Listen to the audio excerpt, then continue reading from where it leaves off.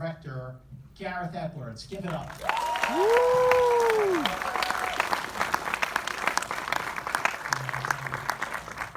Hello? That is a big drink you got there, my friend. This is my crutch, because I hate doing Don't this. drink it too fast, because we have an hour here, you know, and it's live. So this is your fourth feature film. This is also your fourth science fiction film. Okay. What is it about this genre that you just keep coming back to? Are there other genres? I've heard about this. There's like films without robots in them and stuff.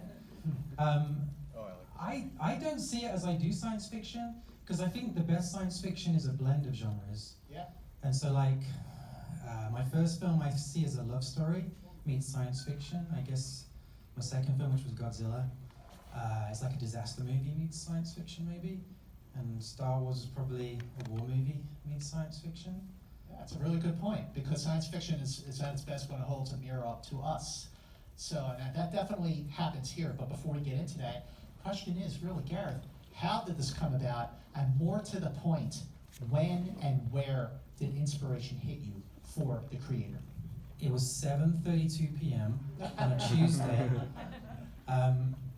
There was numerous things that happened. I guess the most obvious one was we'd just finished Rogue One, and my girlfriend her family lives in Iowa, and we drove across America to go visit. And as we were driving through like the Midwest, and there's all these sort of farmlands with tall grass, I was just looking out the window, I had my headphones on, and I wasn't trying to think of an idea for a film, but I was getting a little bit inspired, and I just saw this factory in the middle of this tall grass, and I remember it having a Japanese logo on it, and I was thinking, oh, I wonder what they're making in there. And then I just started thinking, because of the way I'm, my tendencies, I was like, oh, probably robots, right?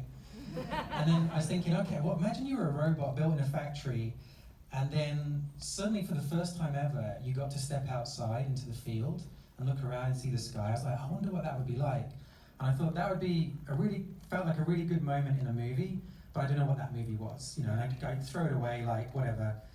And then suddenly it just kind of tapped me on the shoulder and went, oh, it could be this. And these ideas started coming as we carried on the journey. And by the time we pulled up at the house, I kind of had the whole movie mapped out in my head, which never happens normally. And so I was like, oh, that's a good sign. So maybe this might be my next thing, I don't know.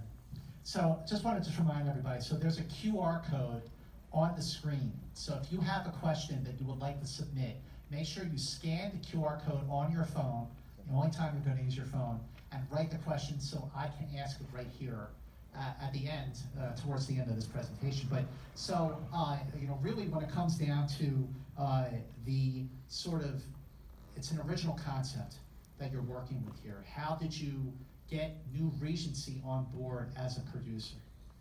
I'll go into that, but I do need to shout out to New Regency. As you probably noticed in cinema recently, there's very few original films being made, and that's because everyone's got very gun shy, and the franchise and IPs keep getting regurgitated a little bit. And so, like, hats off to Yarif and Michael from New Regency for having basically the balls to take a big swing and do something like this. And so, essentially what I did is I'd made some of my closest friends are concept artists, and it's probably because I know I need them to make my next film. And so I was kind of like, I asked all my friends, like, I'll pay you, but could you do some artwork for this idea I've got? And just started building up this like library of imagery until I had about 50 images.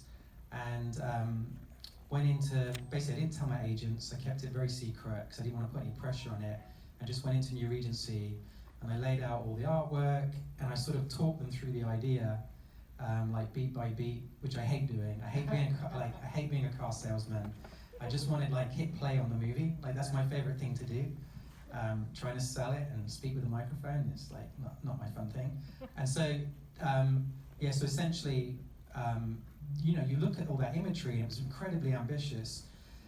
And the natural reaction is, this is a $300 million film. There's no way we can really do this. We'd love to do it, but we can't really do it.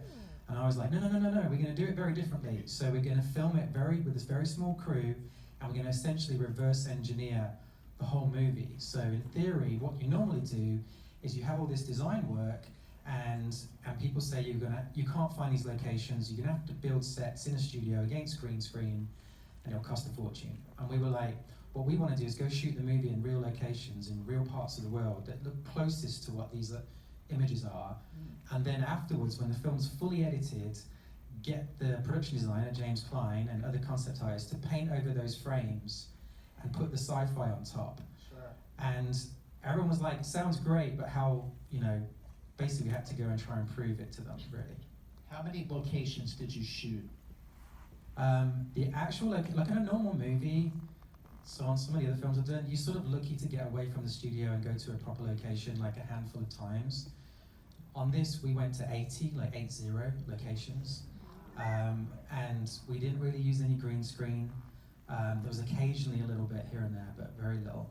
And if you do the maths, if you keep the crew small enough, the theory was that the cost of building a set, which is typically like 200 grand, apparently, if you can fly everyone to anywhere in the world for that kind of money. Yeah. And so it was like, well, let's keep the crew small and let's go to these amazing locations. And so we went to Nepal, like the Himalayas. We went to like active volcanoes in Indonesia, like temples in Cambodia, Thailand, obviously, Vietnam, Tokyo for like the mega city stuff, and then we did a little bit at Pinewood using the stagecraft, the LED.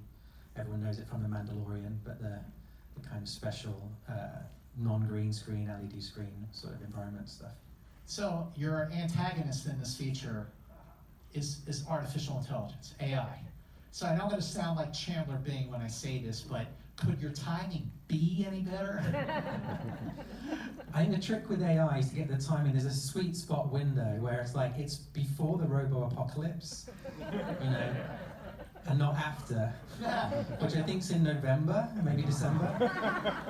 And so I think we got really lucky, No, the joke would be that when you write a film, especially a science fiction film, obviously, I tried to avoid putting a date. I didn't want to write a date for the movie because even like Kubrick gets it wrong.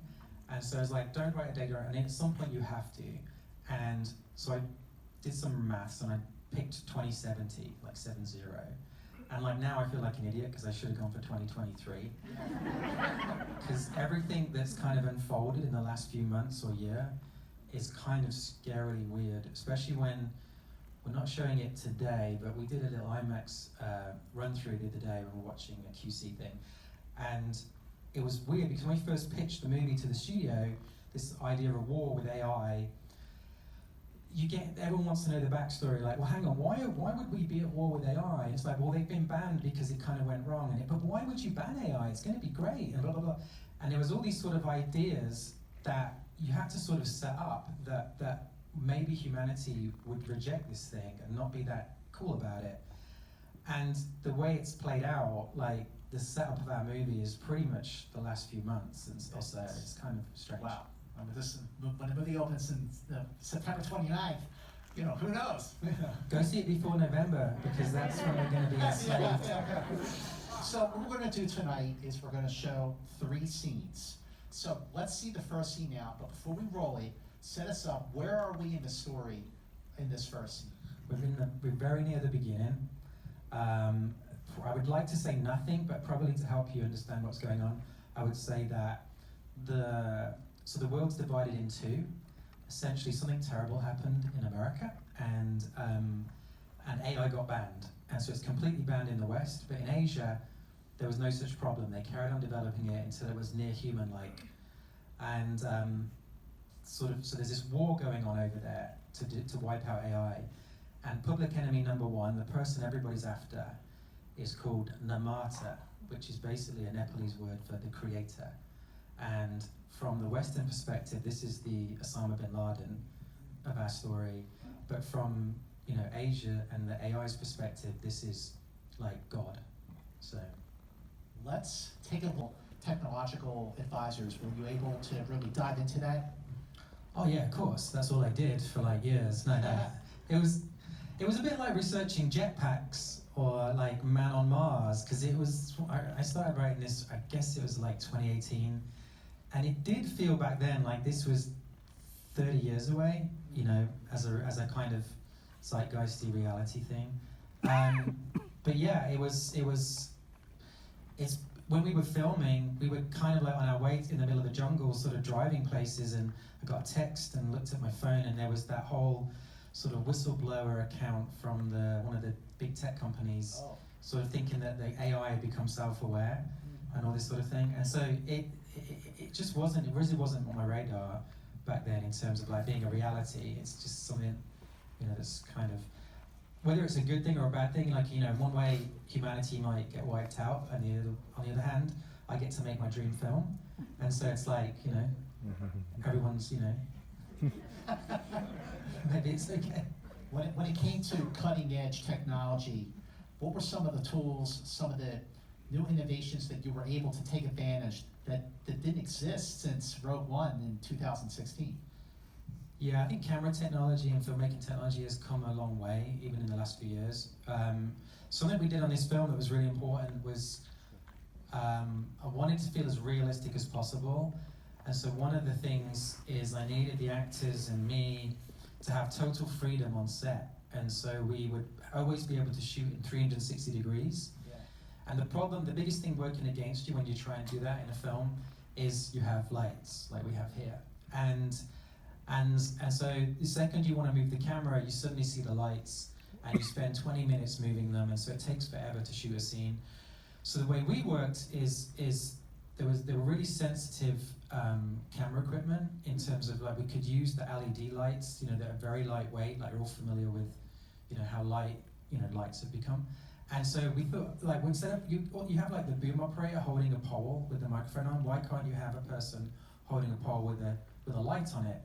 And so we had like a best boy type thing, kind of running around with this, like holding the light, by hand. And so if the actor suddenly got up and did something, went over here, and then suddenly there was a better shot, I could move, and suddenly the lighting could readjust, and what would normally take like 10 minutes to change was taking like 4 seconds. And so we would do like 25-minute takes where we'd play out the scene like 3 or 4 times. And it just gave everything this atmosphere of like this sort of naturalism and realism that I really wanted to get, where it wasn't so prescribed, like you're not putting marks on the ground and saying stand there, and like it wasn't that kind of movie. Well, before we show the next scene, I want to ask about the casting process, particularly with John David Washington, Gemma Chan, and Ken Watanabe. Yeah, I mean, like John David, was, it was during the pandemic we were casting the film, so it was really hard to meet anybody. But fortunately, he lived in LA, and I just heard through his agents, like, hey, he'd meet you anytime you want, go for a meal. So I did, and when I met him, just down the road from here, actually, and he walks in, and it is the pandemic, so he's got his mask. But it was a Star Wars mask. It had like the Star Wars logo on it. And I initially thought, oh no, he's doing this because of Rogue One. And he sat down and he admitted like he's a massive Star Wars fan. And he's like, I've been wearing this mask every single day for like a year or whatever it's been for the whole pandemic. And he's like, I thought about not wearing it to this meeting, but then it felt false. So I thought it'd be like a good icebreaker. And so we hit it off straight away. And like Ken's the only actor I've worked with twice. I don't know if that says something about me. But I always want to do something new, and so for the longest time, I sort of didn't want to think about Ken for this role, and then the second he turned up on set, you feel like such an idiot. It was obviously supposed to be Ken from the beginning, but I think it was like every time, what was beautiful is I love like Kurosawa films and things like this, one of my big inspirations. And every time you hold the camera up and Ken's in shot, it feels like this strange hybrid of like Kurosawa meets Star Wars or something, which was exactly what we were going for. And it was like, it gave you goosebumps. There's something about that guy. He's like just got this face that I think the reason he's so successful internationally is it's not really about what he says. He can convey so much with just his looks. So good. He's so good at Letters from Iwo Jima. Fantastic. All right, let's take a look at the next scene. So, all right, how far along are we? What are we about to see? We're a bit further along, obviously, and this is John David's character, who's called Joshua, by the way. He is sort of sent back to what we call New Asia, and there's this implication that his wife is still alive. So he goes there for that reason, but essentially they need him because he knows the layout of this underground lab that they believe a weapon is being stored in. And so he agrees to help them with that in the hope that he'll find his wife, Maya. All right, let's take this. Like, We basically did like an open casting call to like all around the world, and I think we got hundreds of videos. Thankfully I didn't have to watch all of them. They sent me like the top 70 or something. And then we met, like I went to meet, I forget, about 10 kids. And the first one in was Madeline, who plays Alfie, and she came in, she did this scene, we were all nearly in tears at the end, and I thought to myself, this is weird and phenomenal, and maybe the mum was just brilliant at prepping her to get really upset just before she came in, and like there was some little trick going on. And so we chatted for a bit, we did some other scenes, and then right at the end I was a bit cruel, and I was like, oh, can we just try one more thing?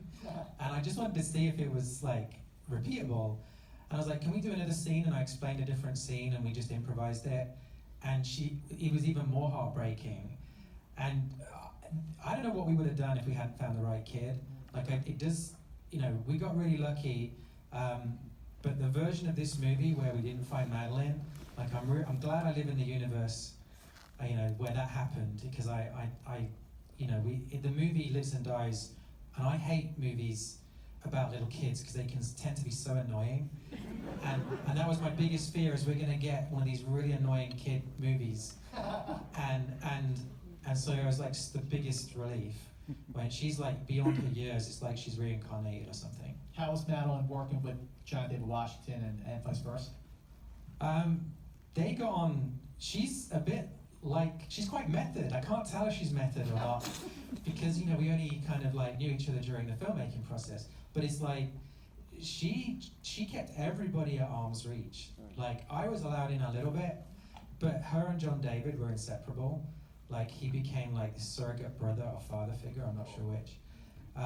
And what's amazing is like I thought I was going to have to trick her. So when we did all the sets and all the scenes, I was like, I need this to be like a documentary, so we can pull this performance out of this girl without kind of like her having to act. And she could act her pants off, like she was amazing at it. And so it was like it was a director's dream. You could just tell her what Alfie's thinking, and this amazing performance would come out. And he'd kind of look at the other actors and be like, why can't you all be like this? Like, what's your problem? Well, I just, especially because we see a little more action in this scene that we just saw. Talk about filming the combat scenes and how did that differ from Rogue One?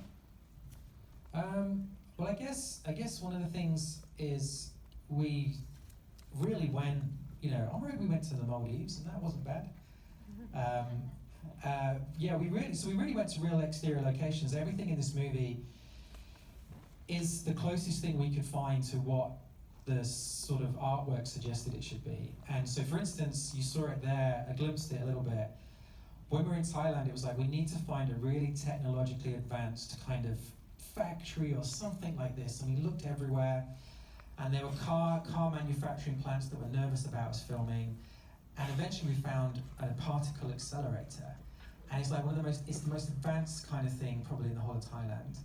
And we were like, please, could you let us film? It looked amazing. It had that whole circular hub thing going on. And we went to visit, and they were like, there's no way you're going to be allowed to film here. And they sort of asked, what do you want to do? And we went, wow, there's people with guns shooting and explosions, and this is like a multi-million dollar facility with all these leading cutting-edge scientists. And they were like, it's not going to happen, let it go, Gareth, let it go. And at the very last minute, someone was like, what filmmaker is doing this? And they were like, oh, it's this guy from the States or whatever, he lives over there in English. And they go, what films has he done? And they went, oh, he did, I don't know if you saw, he did this Star Wars film called Rogue One. And they were like, that's my mum. And they were like, can we be in it? And we were like, sure, whatever. And so everybody in those scenes, everyone running around are nuclear physicists. They really are, and they were amazing. You did a lot of the location work that you did. You used a lot of talent on hand in front of and behind the camera. Isn't that right? Yeah, like, well, we went into like real locations, so we tried. I mean, the weird thing about it is we had a rule, which was that I wanted to be able to look and not see. When you make a film, you have this thing called video village, which is essentially the monitor and anyone else who wants to see what you're doing, they can kind of do a little camp with these kind of chairs and stuff. And I was like, I don't want to see that anywhere I look. Like, we want to feel like we're like a student filming to some extent. And it got to the point where, like, that beach scene you saw, where Gemma's running down and there's all that crossfire, it was the beginning of all the restrictions of the pandemic lifting, and so Thailand were opening up to tourists. They're like, you can film on this beach, but you can't close it. And so it's like, oh my God, how are we going to do that scene where there's just tourists and things? And they didn't come over. Like, I don't know what happens normally in Thailand at night on these beaches, but that stuff that's in the movie and in the trailer, like, we didn't close that beach. If you look carefully in the background, you can see bars and tourists just carrying on. Not one person came over and went, what are you doing? Because it was just about the four of us with a camera running around, and it didn't look like this big, massive, like, movie, because, you know, the goal is hopefully it all ends up on the screen. Like, we tried to just be very efficient with it. All right, Gareth, we are at the moment where we're going to run our third scene. So, further along in the film, what are we about to see? So this is obviously further on the journey with Joshua and now Alfie. I think the best way to say it is probably that Joshua has infiltrated the kind of AI village, and with the insurgents and the guerrilla fighters there, and is basically abducted or taken the child. And as this is happening, it seems to be that the Americans have also arrived. And so you might remember it from a trailer, but essentially these rockets are sent into the air and they smoke up the whole village, and then it all unfolds from there. All right, let's take a look on an IMAX screen. But when the movie opens in theaters and on IMAX screens on September 29th, it's going to look really amazing. Not just because you're going to see the whole thing, but because you're going to see it the way it was meant to be seen on an IMAX screen. This is done for you for this live event. Also, the time has come for us to take questions submitted from around the country. Are you ready? No, can we not do that? All right. So, no, this is great. I looked at the questions. Don't worry, they're really good. All right. So the first question comes from Greg, who's watching right now live, Boston Common 19 in IMAX in Boston, Massachusetts. Hello, Boston. Question is, what would you list as your cinematic influences for the creator, and what movies should we see as companion pieces to the creator? Ooh. Told you. Yeah, I guess the quick answer to that is, I've had this thing that I don't know. It's a superstition. Since my first film, I put up posters in the edit suite of movies that had inspired the film I was doing.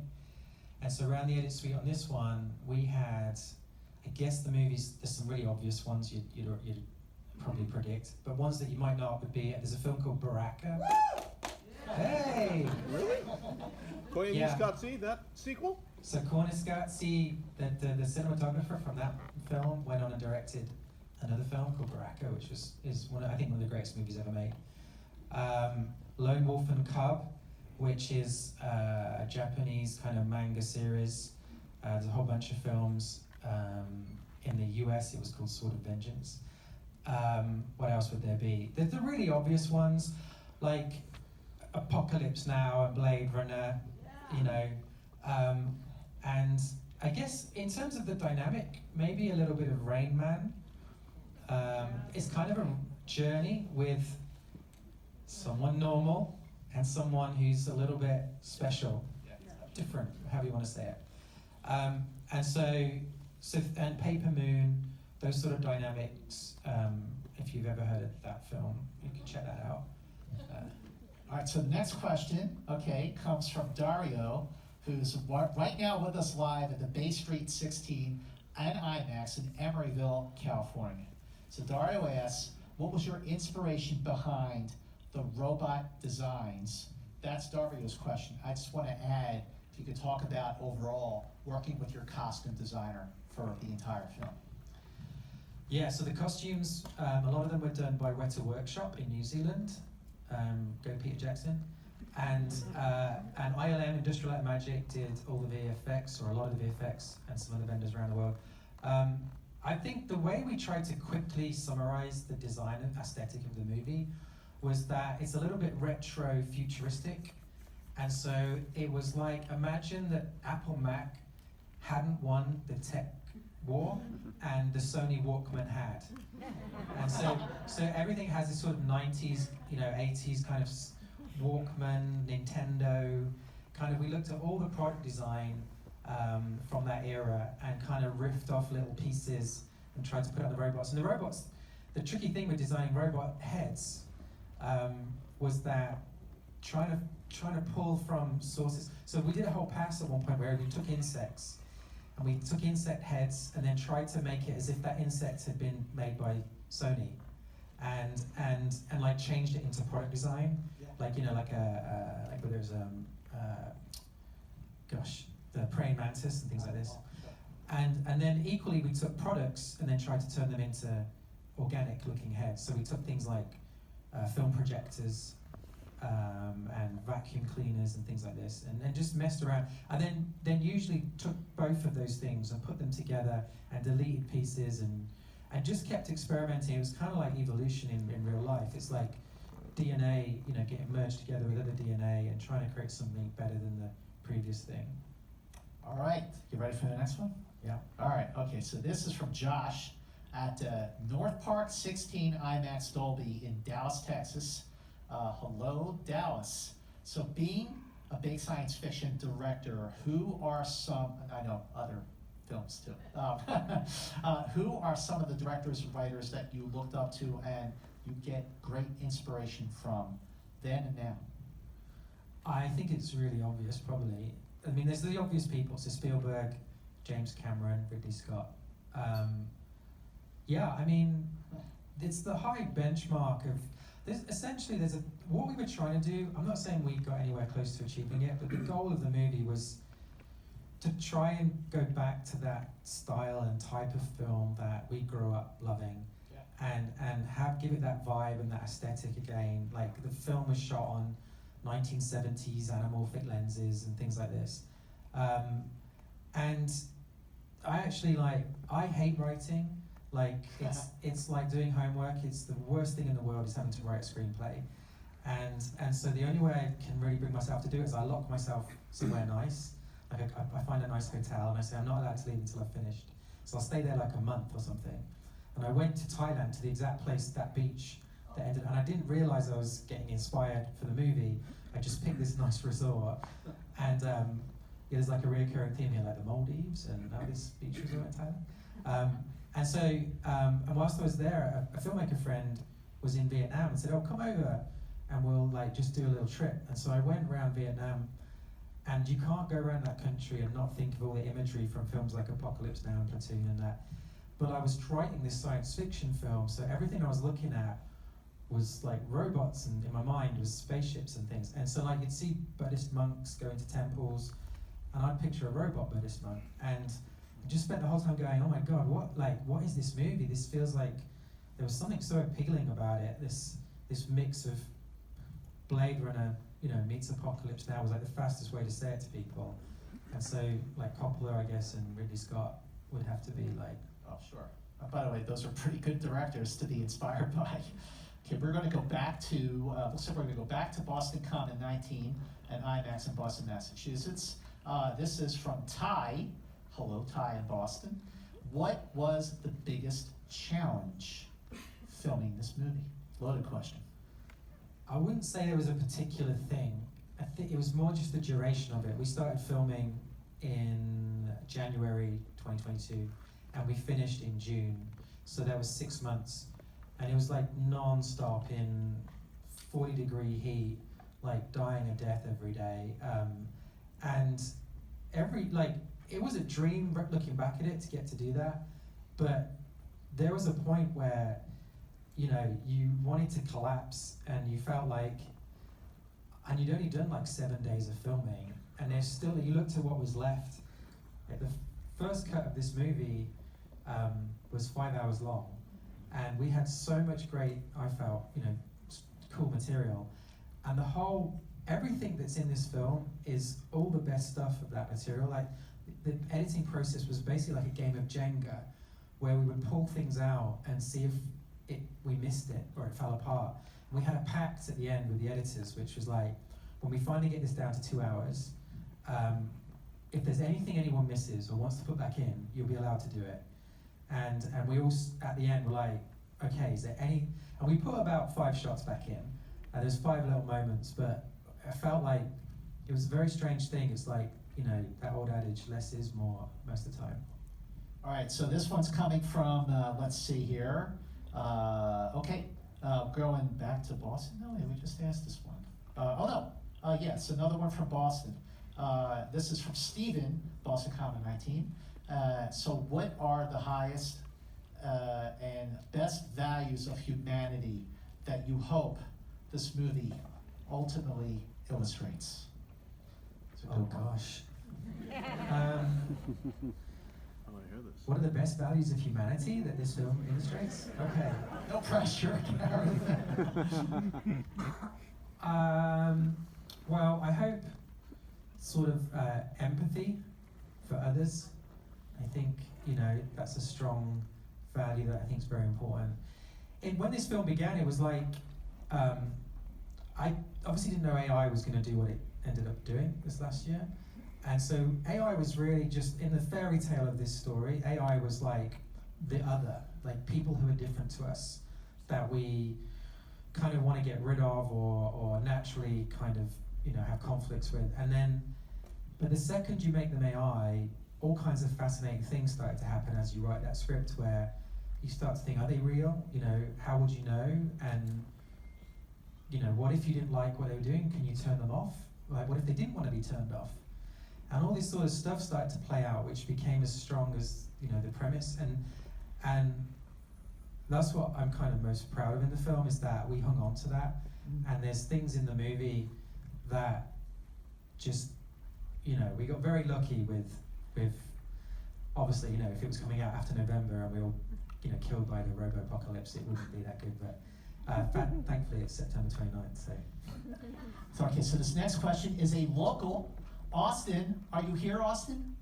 Austin, this question's from you. Hi, Austin. Okay, so from Century City at 15 and IMAX here in Los Angeles. Austin, okay, I'm just going to shorten your question, Austin. I'm just going to say 2 words to you, Gareth. Hans Zimmer. Go. Is this a word association thing? Genius music. Yeah, like, I don't know, like it came to like, okay, who's going to do the music for the film? And my iPhone, everyone's iPhone tells you the last 25 most played tracks or something. There's like the most played music you've ever, and I looked at it out of curiosity, and I think 14 of the tracks were Hans Zimmer tracks. And I was like, oh my God, we've got to like, I don't know how we get Hans Zimmer, but we've got to try. And basically Joe Walker, who is the editor on Dune, he put the assembly of the film together, and he had worked with Hans a lot, and he was like, oh, you can get, I'll talk to Hans, he'll do it.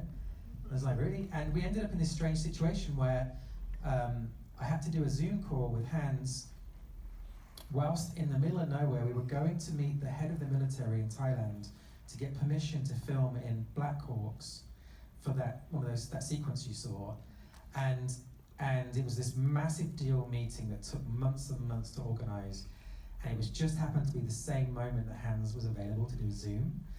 And so we had to pull off the road. I grabbed this there was like a hotel in the middle of nowhere, and they had a Wi-Fi signal.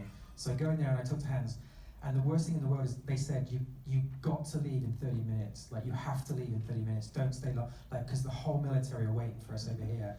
And I was like, yeah. And so I was looking at this clock, and Hans, and he starts talking about, he starts like doing his anecdotes about, The Dark Knight and Terrence Malick, and I'm like, I all my life wanted to talk to him about these films, and I have to go. I'm really sorry, Hans. I have to leave now, and it felt like it was so like against every bone in my body to kind of to come away from that. But we showed him the little test we did for the studio, and he was like, okay, I'm in. I also want to, before I get to the next question here, I gotta ask you about your cinematographer, Oscar winner Greg Fraser from Dune, working with him. Yeah, so Greg, obviously worked with Greg on Rogue One, and Greg had to, whilst we're making this, go and work on Dune 2 as well. And so he has, I guess the quickest way to explain it is a protege called Oren Sofer, who ended up being our DOP through a lot of the Thailand shoot. And it's a dream. Like, I think the most important thing is when you have a DOP is that you have exactly the same taste, because the less you have to talk about what looks good and bad, and their instincts are your instincts, like the easier it goes. And so we're all like totally on the same page. And Greg's very rebellious, and despite how it might look, because he's doing these big movies, but we're both, during the build up to this film, I got to go around one of these virtual reality studios where and essentially they had this poster on the wall, and it was how you make a movie, and it was every part of the process. And I was just looking at it going, what a strange thing to have. Yeah. Like, why have they got this poster? I never really thought about it, and the guy who ran the thing came up to me and went, oh, I see you looking at the poster, and I was like, yeah, and he goes, that's 100 years old. And I looked at it, and I could realize the typography was like 100 years old. And you go, oh my God, we haven't changed how films are made in 100 years, but we still do it exactly the same way. And with all these new digital tools and technology, like, there are other ways to make films. And people like Greg, and I hope myself, really want to kind of do things differently, because that's how you make a different type of movie. Absolutely. Like, the process is as important as the screenplay to some extent. Absolutely agree with that. Last question comes from here in Los Angeles at the AMC Century 15 and IMAX. Anka, are you here, Anka? Anka, hello, Anka. All right, so Anka's question is perfect to really close out this conversation. Would you mind talking about the opportunity and the power of science fiction for social commentary and reflection? Great question. Oh my God. This would be easy. Yeah, I mean, that's probably why I like science fiction, because there is that chance to. You can also sneak it under the radar. My favorite TV show growing up was The Twilight Zone. Yeah. And that was in the 50s, obviously, and Rod Serling, who wrote a lot of those shows, the reason he did science fiction was because he could get it under the radar of the censors and say things you're not allowed to normally say out loud. And I think if you sit down and you start to type and try and work out a film and go, I want to make a film about this, that's got this social commentary to it, it's going to be a rubbish film. And so you get attracted to an idea. There's something very primal about it that pulls you, there's something very that needs to be said about this subject matter. And it's about halfway through making a film or writing a film where you start to realize what that thing is. And it's like a child who tells you what they want to be when they grow up. And so you learn what it is, and then you try to help it. And so science fiction, I think, does it the best, because we all go through our lives having certain beliefs, and they never really get tested, because you can get to the end of your life and you're never really challenged, you know what I mean? You do everything you're supposed to do. But science fiction says, what if the world had this different thing about it? Now, would your little idea still work? And you hit against the wall, and the thing you used to think was true starts to be false, and you start to question things. And I love that kind of storytelling. I think that's kind of the most interesting sort. I hope our film does a little bit of that. First of all, Twilight Zone, great show. The After Hours, my favorite episode. So, ladies and gentlemen, everyone here in Los Angeles, everyone in IMAX theaters around the country, cannot thank you enough for being part of this incredible conversation. Once again, The Creator opens in theaters, and yes, in IMAX theaters around the country on September 29th. Thank you all so very, very